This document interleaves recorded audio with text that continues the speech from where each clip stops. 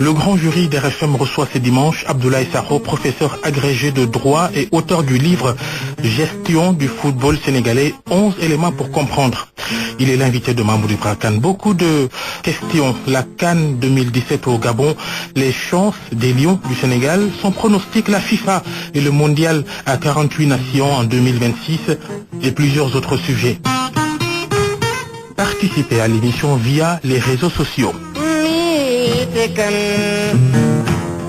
Le professeur Abdoulaye Sakho face à Mamoudou Ibra Kane, le grand jury, dimanche 11h10, Radio Futur Média.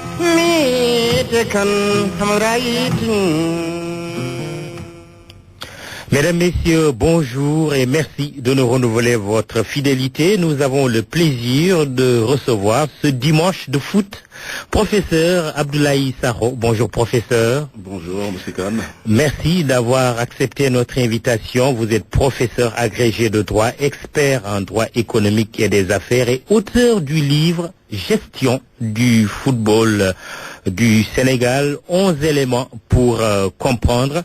Dans une ambiance sportive, et c'est le mot de notre digital manager, particulièrement footballistique, les Africains démontrent un grand intérêt pour la présente CAN qui se tient au Gabon. La peur de voir le Sénégal ou la confiance de voir le Sénégal dans un groupe fort pousse nos compatriotes à se poser des questions. L'économie sera également au menu de cette émission. Nous parlerons des questions de bonne gouvernance, le secteur des télécommunications, plus généralement le numérique avec la stratégie nationale Sénégal numérique 2025. Nous parlerons aussi, si le temps nous le permet, du transport. Voilà, professeur, pourquoi les internautes ont été très nombreux à vous interpeller via ma page Facebook. Ils vous ont posé beaucoup de questions. J'en ai sélectionné quelques-unes pour alimenter la discussion durant cette émission. Et à l'endroit des auditeurs, ils peuvent réagir via nos réseaux sociaux Facebook et Twitter avec le hashtag Grand Jury RFM ou directement via notre application GFM et vous, disponible sur Android et Apple Store. Professeur, naturellement, la CAN 2017 est le premier sujet de cette émission. Elle s'est ouverte hier au Gabon. Le Sénégal entre en lice ce soir face à la Tunisie à Franceville dans une poule qui sera âprement disputée. Il y a l'Algérie et le Zimbabwe. Quelles sont selon vous les chances des Lions à la présente compétition? Merci beaucoup Monsieur Kane et bonjour à vos auditeurs. Je suis vraiment très très heureux de me retrouver avec vous. Je crois que c'est la 3e fois que je fais le grand jury, si je ne me trompe, la 2e. Et c'est toujours le même plaisir, la même soif d'échanger, qui fait de telle sorte que quand on quitte votre émission, on apprend. Et ça fait vraiment beaucoup de plaisir de ma part. Et cette soif d'apprendre, vous savez, aujourd'hui, il y a, au-delà de l'actualité de la CAN, il y a une autre actualité. Une actualité éditoriale qui fait de telle sorte que 2 illustres fils de ce pays ont sorti tout récemment des ouvrages. L'un, un condensé de ses émissions, ou en tout cas de ses prises de parole à la radio, l'autre, un recueil de poèmes. Et je fais les liens entre les deux. Le premier, c'est vous-même, Mamoudou Ibra Kane. Vous venez de sortir un livre que vous avez intitulé « Le Sénégal chronique d'une alternance de presse ». Ah bon, vous m'en faites une surprise. J'ai même envie de dire à vos auditeurs qu'aujourd'hui, j'ai envie de transformer l'émission et que, au lieu que je sois moi soumis au jury, c'est vous qui allez être soumis au jury de thèse. Parce que hier j'étais dans un jury de thèse d'un étudiant en droit. J'ai envie de vous soumettre à ce jury de thèse. Mais permettez-moi juste de dire une chose, le lien avec ce que je venais de dire tout à l'heure sur la possibilité qu'on a d'apprendre après vos émissions. Je l'ai retrouvé dans une des interrogations, en tout cas dans une affirmation que Monsieur Marito Ounian, mon ami et collègue, a fait dans son livre où il dit ceci, je le cite si vous permettrez. Oui. Rien d'autre que chaque jour, je dois renouveler mon désir insatiable d'apprendre, de me cultiver pour être moins ignorant et plus entreprenant. Moins ignorant et plus entreprenant. Ce sont les défis aujourd'hui de l'Afrique. Oui, et c'est la raison pour laquelle je crois que ce que vous venez de faire, vous également, nous permettra d'être moins ignorants et plus entreprenants. Vous avez fait un travail, pas seulement de journaliste, mais vous avez fait un travail, je crois, pour nous, les chercheurs. Parce qu'on se fonde généralement quand on doit développer une recherche qui doit peut-être aboutir sur des évidences ou sur des non-évidences, on se fonde souvent sur des faits. Et vous avez choisi ce que vous avez fait pendant plusieurs années dans ce pays-là, les faits que vous avez analysés et qui vous ont servi de chronique, vous les avez couchés sur le papier, et ces faits deviennent des faits intangibles sur lesquels tout chercheur doit pouvoir se fonder pour peut-être étayer ou ne pas étayer une thèse ou une autre. Donc c'est vraiment le fait brut qui nous permet, nous, de faire de la recherche avancée que vous avez fait. Et c'est la raison pour laquelle je voudrais vous féliciter. J'étais à la cérémonie de dédicace. Je n'ai vraiment pas eu du tout l'occasion de vous voir parce que vous avez réussi la prouesse de déplacer, j'allais dire, de tout le Sénégal. Il y avait beaucoup de monde. Et donc je profite aujourd'hui de cette émission de dimanche pour vous demander la dédicace parce que j'ai amené mon livre. Si vous permettez. Voilà, on le fera tout à l'heure. Je la fais avec grand plaisir tout à l'heure, professeur, mais merci pour ces mots très très aimables à mon endroit. Merci infiniment. Bien. Nous allons parler de la CAN. Quelle chance donnez-vous au Lion à cette présente CAN au Gabon? Merci beaucoup. Oui. Donc pour parler de CAN et pour parler des chances des Lions, je ne sais pas si est-ce que je suis en mesure aujourd'hui de vous parler de ces chances-là, de la manière dont l'attendent les Sénégalais.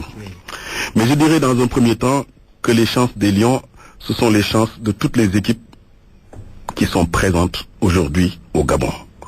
Parce que cette compétition, c'est quoi?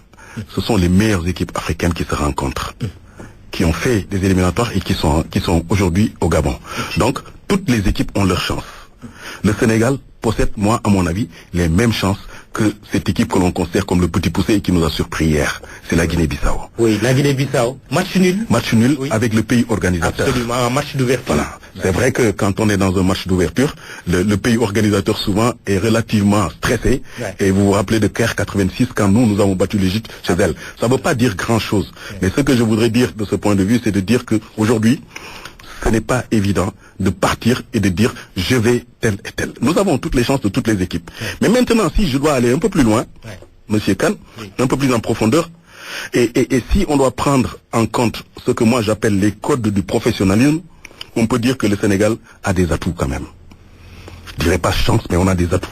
Des atouts qui font que peut-être l'un des premiers responsables de cette équipe, le coach Aliou Cissé, a dit très clairement que le Sénégal est un outsider sérieux. Outsider sérieux, ça ne veut pas dire que nous sommes les favoris, mais nous pouvons être considérés parmi les favoris. Et donc, l'une des premières chances, c'est cela, c'est que celui qui dirige aujourd'hui l'équipe du point de vue technique puisse dire que nous sommes outsiders, donc il ne se passe pas dans une position d'aller pour participer simplement. Et c'est des outsiders, ça veut dire que nous pouvons aussi surprendre. Nous avons un effectif qui force le respect, je crois, si on regarde un à un nos joueurs. Nous avons un banc, dire les entraîneurs et l'équipe technique qui est suffisamment expérimentée, qui a fait, je crois, je sais pas combien de CAN, les gens ont sorti des chiffres, entre Aliou Cissé, Tony Silva et Daf, je sais pas combien de CAN ils ont réussi à faire. Ils ont fait une Coupe du Monde. Donc, ils ont l'expérience et le vécu des grandes compétitions. Nous avons aujourd'hui, que la CAN débute, un rang respectable aux yeux des autorités du football. Aussi bien la FIFA que la CAF, nous avons un rang, on nous considère comme les premiers en Afrique. C'est tant mieux pour nous. Nous avons également, je crois, une envie, une véritable envie. Quand je lis les interviews de tous les acteurs, je me dis que nos footballeurs aujourd'hui ont une envie. Et le dernier mot leur revient. On a beau se préparer, et ce qu'on a fait. Et de ce point de vue, je crois qu'il faut remercier aussi bien les autorités politiques que les autorités fédérales. Je crois qu'ils ont essayé de faire avec la mesure et les moyens du Sénégal. Nous avons fait une bonne préparation. Et le coach également, il a dit qu'il est content de cette préparation. Maintenant, qu'est-ce qui reste? Ce sont les footballeurs. C'est à l'intérieur. Je crois que si on les prépare bien, il n'y a aucune raison que devant 11 gaillards comme eux, ils plient les chines.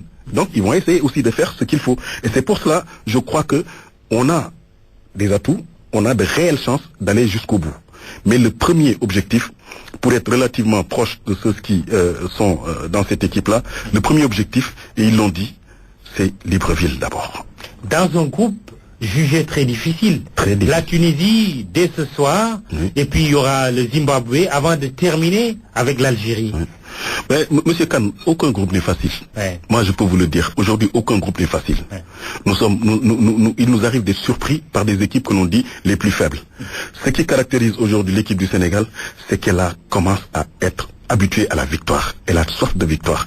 Et quel que soit l'adversaire qui sera en face, elle fera tout ce qu'il faut pour arriver au bout du match. Et donc, essayer de gagner. Si on arrive à gagner, je crois qu'on ira là où il faut. Mais aucune équipe, aucun groupe n'est facile. L'Algérie a les mêmes appréhensions vis-à-vis de nous. La Tunisie a les mêmes appréhensions vis-à-vis de nous. Et la chose peut être un peu plus rendue difficile parce que si vous regardez le Zimbabwe, c'est une base locale de football. Et face à des équipes locales, on a souvent des difficultés. Vous regardez la Tunisie, elle est à base quasiment locale également. Et si on regarde, peut-être que le match contre l'Algérie qu'on retrouve le plus sera certainement le plus facile. Parce que là, c'est des professionnels, ils ont l'habitude de jouer entre eux. Mais ces bases locales, ils ont une super motivation face à des joueurs qui jouent dans le plus grand championnat du monde. Et on en a beaucoup. C'est le championnat anglais. Alors, il y a une super motivation de l'adversaire et ils feront tout ce qu'il faut pour nous bloquer. En tout cas, ce qu'il faudrait dire, c'est que nous avons les atouts pour y arriver. Du point de vue maintenant technique et tactique, moi je ne suis pas très fort dans les 4-4-2 et tout cela. Je crois qu'ils feront ce qu'il faut. En tout cas, on a des chances et on essaiera d'aller jusqu'au bout. Ibrahima Diaby vous pose la question suivante. Le Sénégal a été classé premier en Afrique au classement FIFA il y a un mois. Quelles sont les chances du Sénégal de remporter cette CAN, sachant que nos Lions sont dans la poule la plus difficile, c'est son jugement. Il y a également une autre question de Junior Souné qui rejoint la première. Qu'est-ce qui peut justifier, avec toutes nos potentialités, nos échecs répétés à la Coupe d'Afrique des Nations? Oui, le classement FIFA, nos potentialités, c'est vrai que ce sont des atouts, mais je crois que c'est pas la panacée. Il faudrait pas qu'on dorme sur nos lauriers. Chaque match a sa réalité, moi c'est comme ça que je le vois. En 2002, notre équipe qui a battu la France, je ne suis pas sûr qu'on était sûr qu'on allait battre la France, parce que à l'époque l'équipe de France jouait en Angleterre et l'équipe du Sénégal jouait dans le championnat de Ligue 1 française. C'était pas les mêmes championnats. On a réussi quand même à mettre 1-0 et à gagner ce match. Nous étions l'équipe locale française. Eux étaient l'équipe expatriée. Voilà. Ils étaient entre l'Italie et l'Angleterre. Oui. Malgré tout, on les a gagnés et c'est montré la vitalité du championnat de France de l'époque. Ils étaient très bons. Ils n'étaient pas aussi mauvais qu'on voulait bien le dire. Aujourd'hui, nous avons une équipe qui joue entre l'Angleterre, l'Italie et tout cela. Les autres sont peut-être dans leur pays. Il ne faut pas qu'on croie que parce que nous avons ce potentiel, nous allons gagner. C'est l'envie et c'est dans le terrain. Je crois qu'il faut donner aux garçons l'envie de gagner ces matchs-là. Et attention au piège des équipes locales. Absolument. Comme vous disiez à propos de la Tunisie. Absolument. Et du Zimbabwe. Ils ont une cohésion, ils se retrouvent dans le terrain. Ils ont une cohésion, ils se retrouvent dans le terrain. Nous, si on ne fait pas attention, on pourrait être piégé par ce genre de match-là. Alors que, comme ils disent, eux, généralement, le staff technique, prenons les matchs comme ils viennent. Chaque match a sa réalité, chaque match a sa vérité. Et chaque match peut-être a ses hommes aussi. Je crois qu'il faut leur faire confiance. Il y a quelqu'un, je dis quelqu'un, c'est même le président de la République, je crois, quand il leur remettait le drapeau, il a dit à Aliou Cissé, faites gaffe, on est 14 millions et on est 14 millions de sélectionneurs. Chaque Sénégalais a son équipe. Mais ce qui compte pour nous, il parlait des autorités, c'est votre sélection, vous.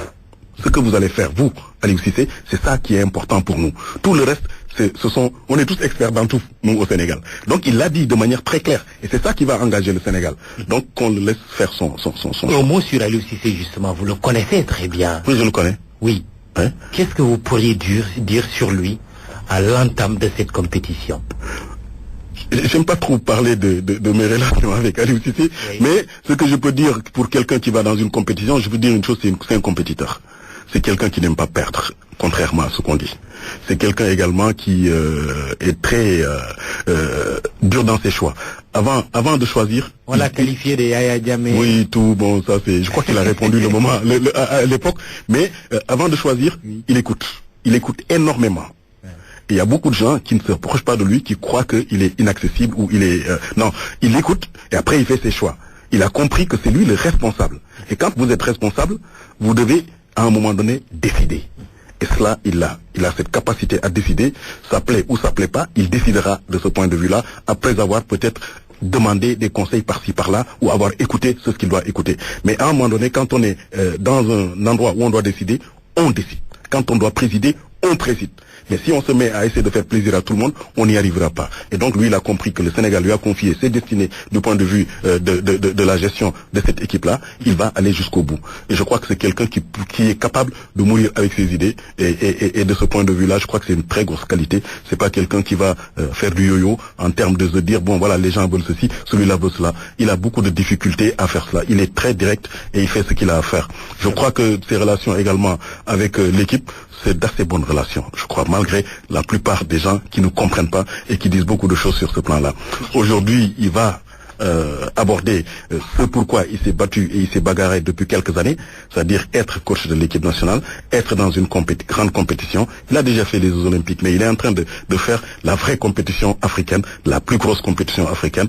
J'espère qu'il aura les coups des franches, il aura la sérénité, il aura ce qu'il faut pour en tout cas mettre en place ses idées, parce que c'est pas quelqu'un que l'on présente comme un Yaya Jammeh ou un dictateur, non, au contraire.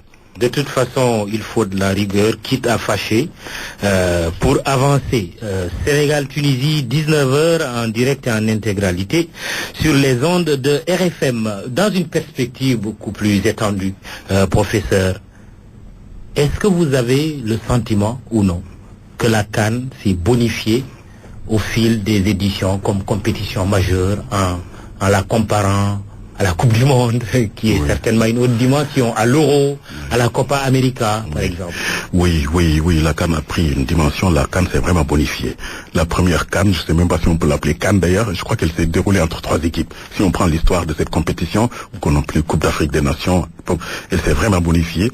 Aujourd'hui, elle s'est bonifiée autant du point de vue participation, technique, compétition, que du point de vue organisation. La CAF aussi a fait d'énormes efforts, je crois, de ce point de vue-là. Il reste des choses à faire certainement.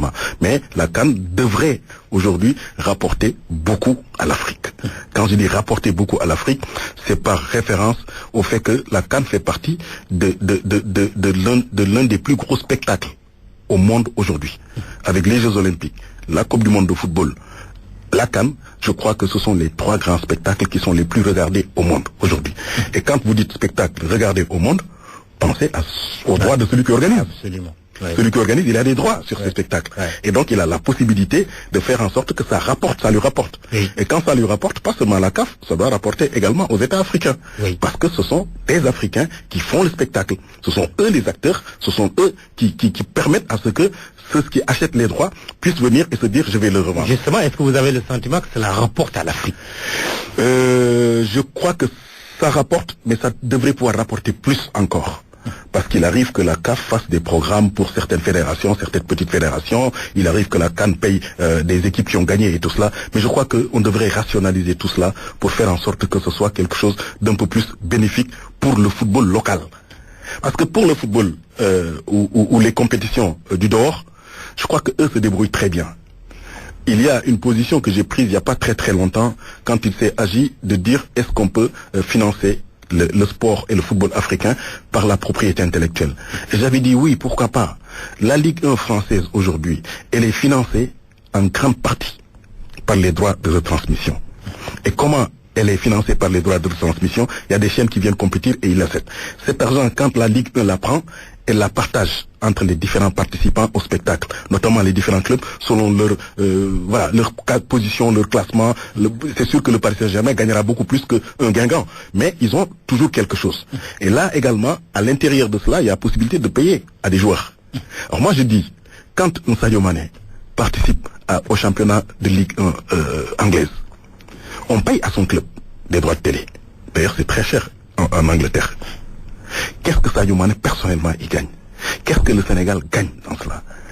Dans les clés de répartition des droits de télévision, je vous dis, on fait des clés de répartition jusqu'à ceux qui participent au spectacle, qui permettent au spectacle.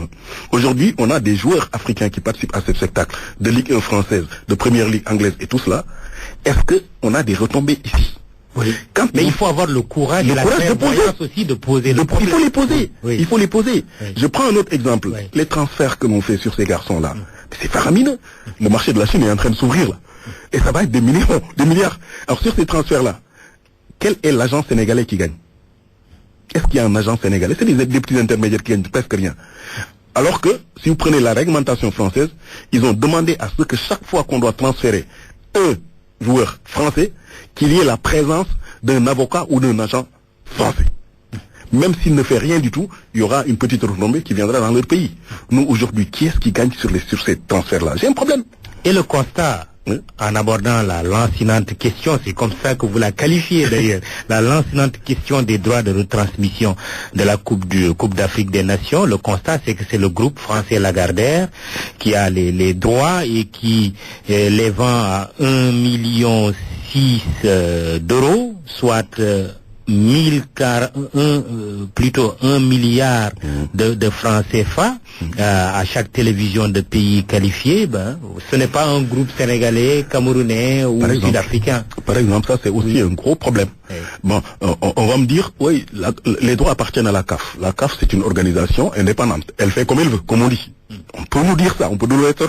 S'ils ont de bons avocats, ils peuvent plaider cela. Mais très sincèrement, du point de vue éthique et du point de vue social, je crois que si on fait la comparaison avec la Coupe du Monde c'est 42 matchs je crois. La CAF c'est 24 matchs si je ne me trompe pas, je n'ai plus les chiffres exacts. Mais les droits de la Coupe du Monde sont moins chers que les droits de la CAF.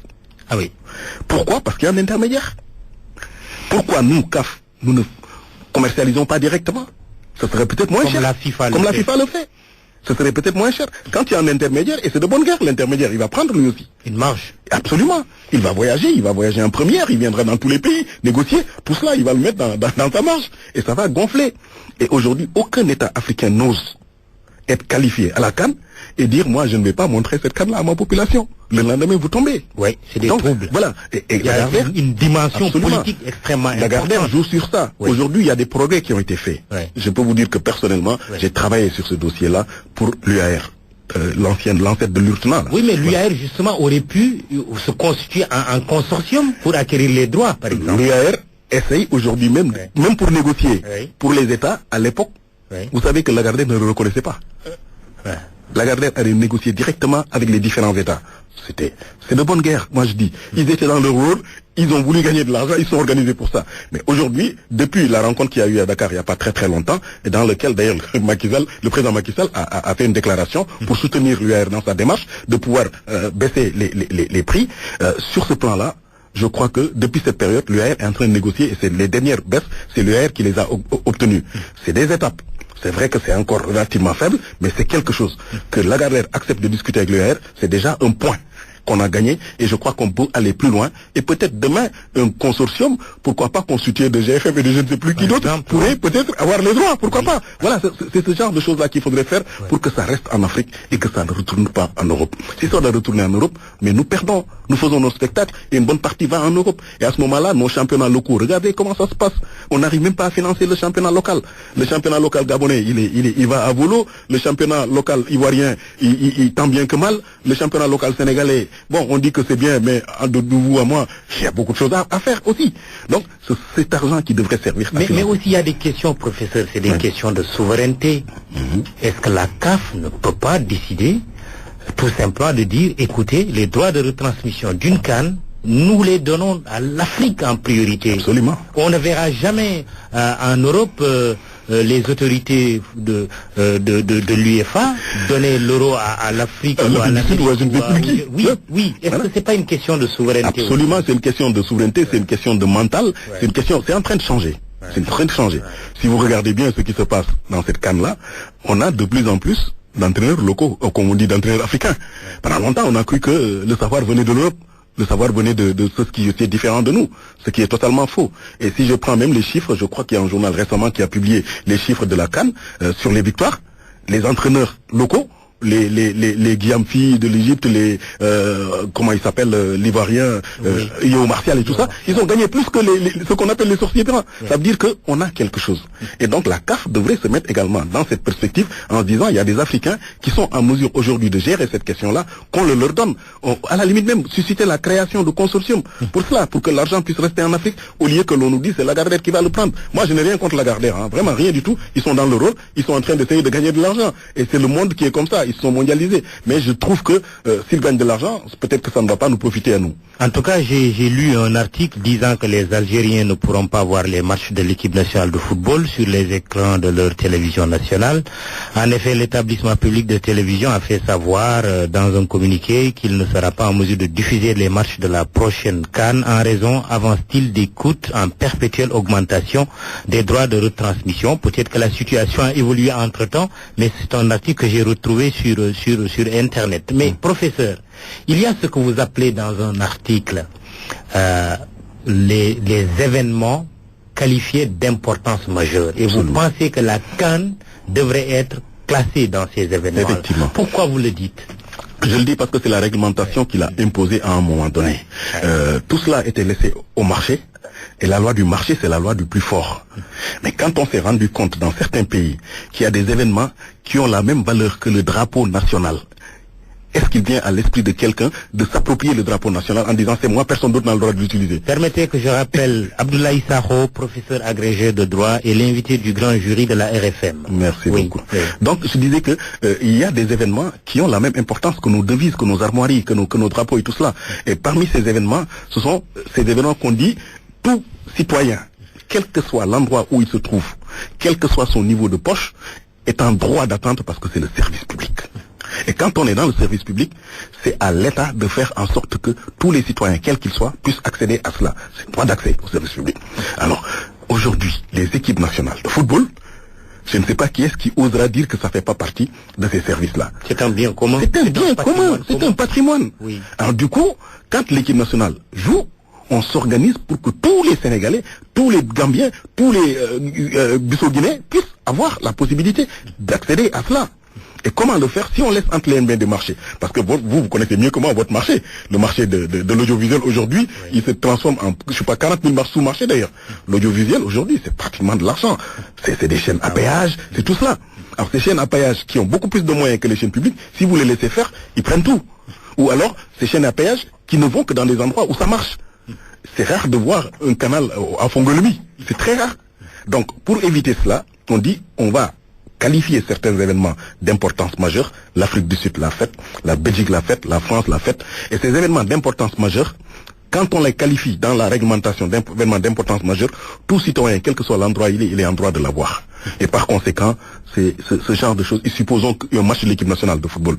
Si vous le donnez à une chaîne à péage, tout le monde ne l'aura pas. Justement, partons du principe que l'équipe nationale de football est un patrimoine commun, un patrimoine national. Partons du principe également qu'au Sénégal, pour mettre notre débat un peu au goût des Sénégalais, partons du principe qu'au Sénégal, il n'y a pas pratiquement de chaîne privée qui fait payer les téléspectateurs.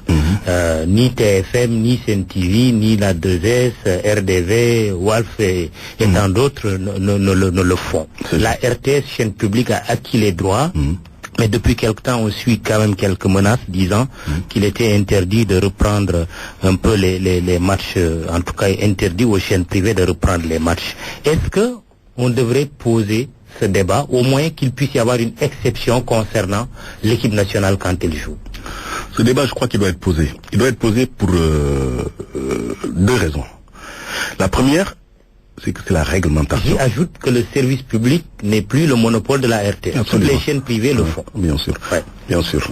Ce qu'on appelle l'obligation de service public et service universel. Non, la réglementation aujourd'hui sénégalaise en termes de concurrence, elle reconnaît l'exclusivité. Donc si la RTS réussit à obtenir, elle est en droit de dire quiconque devra passer par moi. Ça, c'est la réglementation, c'est le droit. C'est ça. Maintenant, il y a le droit, et il y a de l'autre côté la régulation. Et la régulation, aujourd'hui, voudrait que ce n'est pas forcément des décisions fondées sur le droit dans la régulation.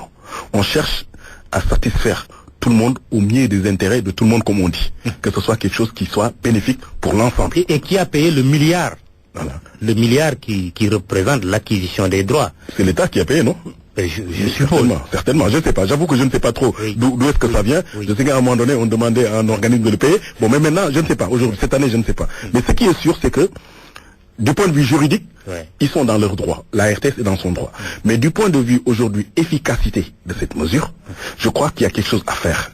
Et là, c'est là où la régulation devrait intervenir. Je demanderai de manière solennelle à mon grand frère Babacar Touré de réfléchir à cette question-là, parce que c'est lui qui dirige le CNRA. Ouais. Réfléchir à la question, ça voudrait dire quoi? Ça voudrait dire que quand vous avez la diffusion de ces événements-là, à la limite, la publicité, elle est chez vous. N'est-ce pas? Ouais. Alors, pour partager cette manne également, parce que c'est soutien à l'initiative privée, c'est soutien aux autres entreprises. Ouais. Il faudra s'organiser pour qu'il y ait des retombées de l'autre côté. Donc, il y a un travail à faire qui consistera à dire, même si la RTS a l'exclusivité, comme on fait en France d'ailleurs avec TF1, Ouais. est-ce qu'on ne devrait pas pouvoir avoir la possibilité de redonner une partie à l'initiative privée? Oui. C'est ça, aujourd'hui, réguler un marché. Ouais. Mais si on dit, c'est juste l'exclusivité, il a tout, les autres, à terme, ils vont tomber. Et quand ils tomberont, c'est des emplois qui tombent, c'est des Sénégalais qui tombent, et c'est peut-être la crise qui va s'installer. Donc, le rôle du régulateur, c'est de voir comment faire. La définition que je donne souvent de la régulation, c'est 1, éviter les déséquilibres, 2, corriger les déséquilibres. Donc, faire en sorte qu'il n'y ait pas de déséquilibre du marché, mais si ça existe, on le corrige. Et c'est cela aujourd'hui le rôle du régulateur. Donc le régulateur de l'audiovisuel devrait pouvoir intervenir dans ce sens-là. Très bien. Le CNRA a donc interpellé. En tout cas, les chaînes privées sont disposées à engager ce débat pour trouver quand même une solution. L'équipe nationale nous appartient à nous tous et surtout, si c'est l'État qui paye quand même ses droits, l'État est là pour tout le monde. Nous allons toujours, professeur Abdoulaye Sakho, rester sur le sport, mais en parlant du passage à 48 des pays dès la Coupe du Monde de 2026, décision prise par la FIFA. Quelle appréciation faites-vous de cette mesure? À mon avis, très bonne décision, à mon avis. Du point de vue du marché du sport aujourd'hui, c'est excellent. Peut-être certains me diront, la compétition risque d'en prendre un coup, parce que d'après eux, on va prendre les petites équipes qui ne valent rien du tout, et ça va fausser la compétition. Il y en a qui le disent. Moi, je dis aujourd'hui qu'il n'y a pas de petite équipe. Je vous assure. Il y a peut-être des équipes qui sont capables sur une longue période, de soutenir une concurrence, et d'autres qui vont faire un match dans leur vie, le match de leur vie et disparaître. C'est fort possible. Mais, du point de vue par contre du marché, c'est quelque chose d'extraordinaire.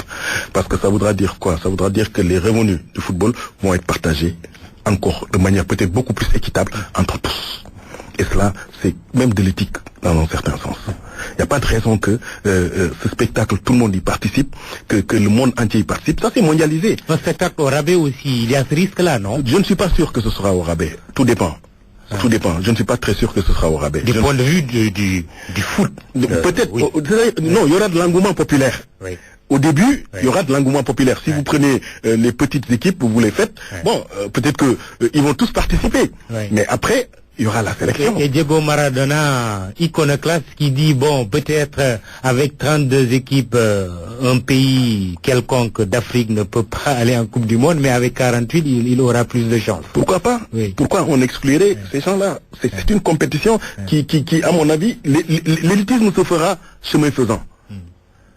Mais au départ, pourquoi on veut interdire à tout le monde d'y accéder? Il faut laisser la possibilité à des gens d'y aller. Et peut-être qu'un jour, il y aura une surprise. Je me rappelle très bien d'un euro en Europe où le Danemark est invité de est venu gagner l'euro. Absolument. Donc il faut pas, moi je crois qu'il faut faire foi en l'humanité, croire en l'homme, croire en ses possibilités, en ses capacités. D'où la question très intéressante de Iliman Ndao. Quelle place occupe la CAN sur l'échiquier mondial? Il enchaîne. L'euro est passé à 22. La Coupe du Monde passera à 48. Est-ce que la CAN doit suivre cette dynamique en prenant l'euro voilà, comme référence, la Coupe du Monde comme référence? Moi, je suis d'avis qu'il faut le faire. Je suis d'avis qu'il faut le Et faire. on passerait à combien? Je ne sais pas on passerait à combien, mais moi aujourd'hui on est à 16, hein? Oui, c'est ça, oui, c'est 16. Oui. Moi, je suis d'avis qu'il faut le faire parce que je crois beaucoup au vertu du sport. Vous savez, c'est pour ça que je me bats pour dire que il faut montrer comment l'organisation de manifestations sportives d'envergure peut transformer un pays. Des manifestations sportives d'envergure mondiale permettent de transformer un pays. Et de ce point de vue... Une CAN à 24 pourrait... oui. Ce serait peut-être pas la possibilité pour un seul pays de l'organiser. Oui. Il y aura peut-être de la co-organisation. Et ça permettra à ces pays qui ont co-organisé d'avoir, ne serait-ce que cela, certaines infrastructures. Le Brésil récemment est allé mettre un stade en pleine Amazonie. On critique. c'est possible. Un jour, peut-être que ça servira. Oui. Le Gabon, ils ont mis un stade dans un endroit très éloigné. Le stade où on joue là, nous on est à 700 km de Libreville. Oui. Donc ça permet, dans un certain sens, d'élargir, de désenclaver, de faire en sorte. C'est une économie. Derrière tout cela, je crois que le sport, il faut qu'on arrête de le prendre comme juste un loisir. C'est devenu une économie qui doit avoir sa politique, ses stratégies de développement et tout cela au service de l'homme. L'essentiel, c'est que ce soit au service de l'homme. Pas seulement de quelques personnes ou de quelques privilégiés, des rapifiés, mais que ce soit au service de l'homme. Et je crois que si on travaille dans ce sens-là, on me dit que je suis quelquefois un rêveur, mais si on travaille dans ce sens-là, il y a des chances qu'on puisse dire que le sport a aidé l'Afrique.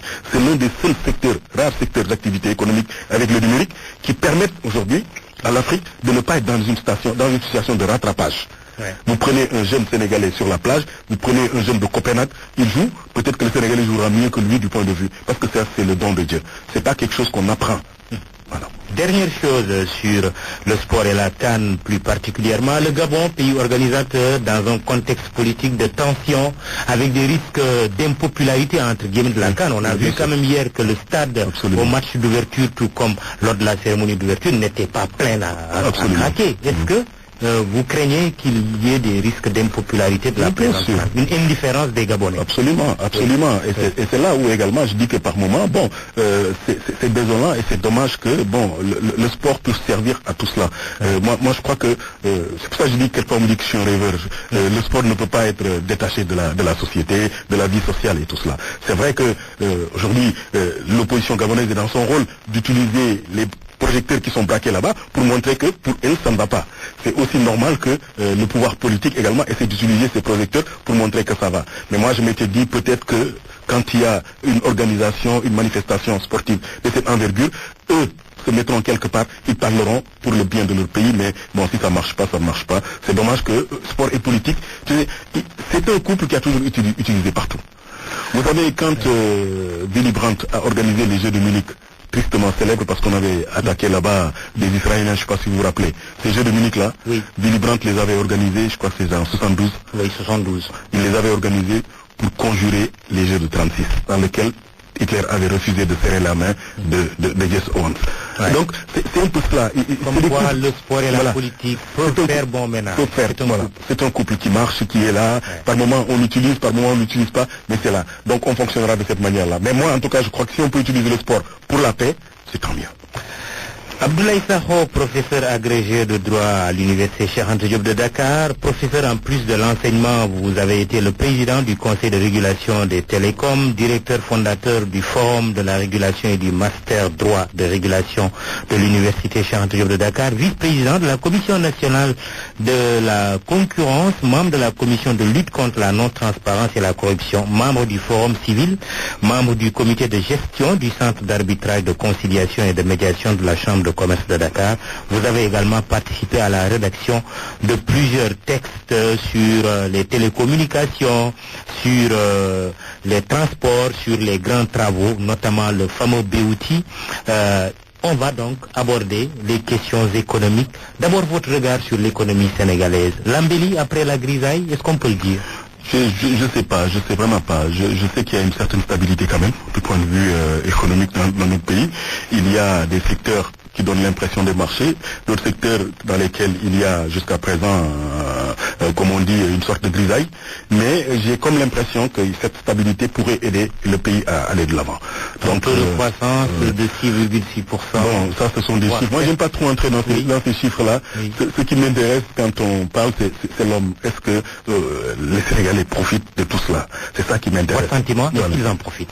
Je sais pas. J'avoue que dans le secteur dans lequel je suis à l'université. Oui. Et ce mois dernier, ils ont mis du temps et du mal à payer les salaires. Pourquoi? Je ne sais pas. Donc voilà, c'est ce genre de choses-là qui par moment vous découragent. Vous dites il y a quelque part quelque chose qui ne va pas. Bon, mais nous alors sommes c'est la crème quand même du pays. Absolument, dans l'université. La matière grise. Absolument, absolument. Il faudrait peut-être même un peu plus de condescendance vis-à-vis de l'université, les regarder un peu plus. C'est vrai que bon, ils ont obtenu récemment beaucoup de choses à l'université. Je crois que les syndicats ont pu obtenir un décret sur les grades et tout cela qui peut-être revalorise un tout petit peu leur situation. Mais il faudrait peut-être revoir un peu mieux la situation de l'universitaire, parce que notre rôle à nous, c'est pas d'être avec un pouvoir ou contre un pouvoir, c'est de réfléchir. on nous apprend à réfléchir, on nous paye pour réfléchir et dire ce qu'on pense. Ça peut plaire, ça peut ne pas plaire, mais on le dira. Et c'est pour cela, quelquefois, on nous tape dessus, quelquefois, on nous utilise comme argument. Bon, c'est notre rôle. Tant qu'on est dans cela, je crois qu'on peut faire quelque chose pour faire avancer ce pays-là.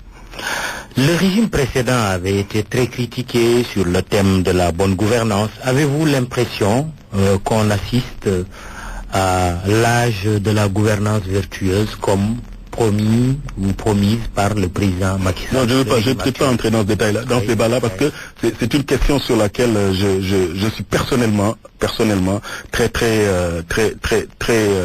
comment je peux le dire, je suis personnellement très préoccupé par ces questions-là. Ouais. Hier, j'étais dans un jury de thèse et dans lequel on avait comme problématique de réfléchir sur comment un dirigeant de société peut demander un crédit pour sa société.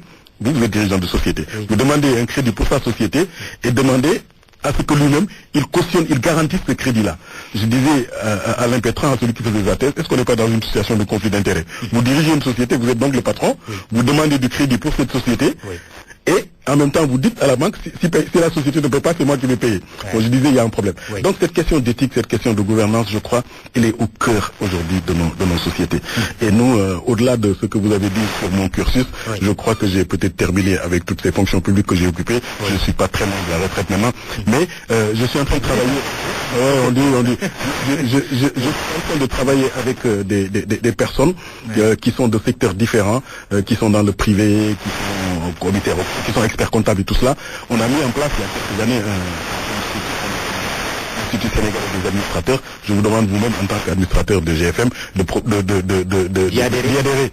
Parce que on a mis en place un code de gouvernance et on voudrait que un certain nombre de règles de gouvernance puissent devenir lieux communs dans la gestion de toutes les structures du Sénégal. C'est ce que nous cherchons aujourd'hui. Le président de cette organisation, ISA, c'est Alioune Ndour Diouf. Le premier président, l'actuel président, c'est Alioune Ndour Diouf, qui est président du conseil d'administration de la BOA. Et je suis là-dedans avec beaucoup de gens. On essaie de faire en sorte qu'il y ait une culture de la bonne gouvernance dans notre pays. Donc, ce n'est pas seulement le public qui est interpellé, mais le privé également interpellé. Et c'est ce que j'essaie de faire aujourd'hui. Sur le public, permettez-moi de ne pas trop insister. Oui, voilà. Juste peut-être une question. Vous avez été membre quand même de la commission de lutte contre la non-transparence et la corruption. Aujourd'hui, elle a été remplacée par l'Office national de lutte contre la fraude et la corruption. Est-ce que c'est l'OFNAC comparé à la commission? La première appellation de cet organisme était OFNAC. C'était nous qui étions au Forum civil qui avions proposé cela.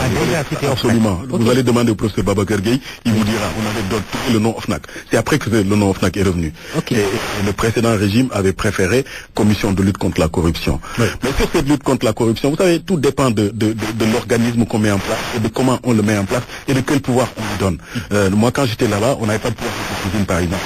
C'était déjà un problème, une préoccupation avec le pauvre président Abdoulaziz Ba, que Dieu ait pitié de son âme. On était ensemble et on essayait de faire ce qu'on pouvait faire.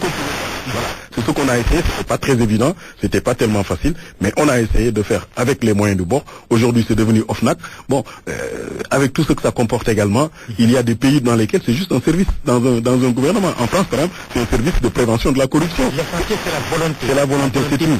C'est tout. C'est de faire fonctionner la justice de telle sorte qu'elle puisse dire, bon, ça c'est vrai, ça c'est pas vrai. C'est uniquement cela.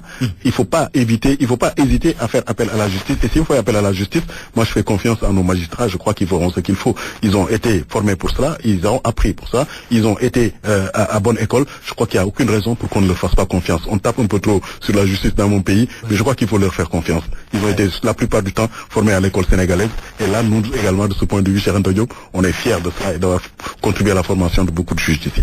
L'économie numérique, c'est aussi votre centre d'intérêt. Vient d'être adoptée la stratégie Sénégal numérique 2016-2025 qui s'appuie sur les orientations fixées par le plan Sénégal émergent. Elle incarne, selon le gouvernement, l'ambition du Sénégal de maintenir notre pays au rang de leader innovant en Afrique dans le domaine du numérique. Et quel est votre regard sur le numérique au Sénégal et dans une perspective plus large en Afrique? Vous avez parfaitement raison de dire que moi, c'est mon dada. Actuellement, je travaille vraiment beaucoup sur ces questions-là. Et on est également dans un groupe d'amis qu'on a appelé LEAD. On est en train d'essayer de travailler à comment contribuer et permettre à la stratégie que nous venons de choisir d'être un peu plus performante. C'est la stratégie Sénégal numérique 2025, c'est vrai, et c'est une bonne chose que l'État du Sénégal se planche dessus. Mais malheureusement, il y a peut-être quelques gaps à l'intérieur, et nous sommes en train de les voir et de les sortir. Quand on discute avec eux, ils se rendent compte effectivement de cela. La première des choses à faire dans le numérique, c'est de ne pas considérer le numérique comme un secteur. Quand on parlait de TIC, c'était un secteur. On avait même un ministère de TIC. Mais aujourd'hui, le numérique a gagné tous les secteurs d'activité. Que ce soit la santé, que ce soit les transports, que partout. C'est le numérique. Donc, ça veut dire que c'est l'économie même qui est numérique. Quand l'économie devient numérique, je crois qu'il faut réagir vite pour éviter d'avoir à se faire dépasser. Donc, c'est la première des choses à prendre en compte. L'économie devient numérique. Deuxième chose, il y a de nouveaux modèles d'affaires qui interviennent, de nouveaux business models qui sont là. Il y a des sociétés qu'on ne pouvait pas imaginer, qui sont nées. Je ne veux pas faire de publicité, mais la société de Kabirou Mbodj, aujourd'hui, elle occupe quelque chose. Voilà. Les opérateurs de téléphonie, aujourd'hui, sont en train de faire des opérations financières. Orange Money, transfert d'argent, Calpé Orange, tout ça, c'était des activités qui, de par la réglementation bancaire, relèvent de ce qu'on appelle, nous, le monopole bancaire. Si vous voulez avoir un compte, il faut aller dans une banque. Vous voulez faire un transfert, il faut le faire dans une banque. Vous voulez payer, il faut le faire dans une banque. On a même une réglementation qui vient de l'UEMOA qu'on appelle la réglementation sur les instruments de paiement. Les instruments de paiement, c'est le chèque, c'est l'argent liquide, c'est les effets de commerce, l'aide de change et tout cela. Aujourd'hui, Mamoudou, vous payez avec votre téléphone. Et dans cette liste d'instruments de paiement, on n'a pas mis le téléphone. Voilà, c'est ce genre de choses-là qui fait de telle sorte que le nouveau business model, il est là. Alors, ce nouveau business model qui arrive, comment le réglementer?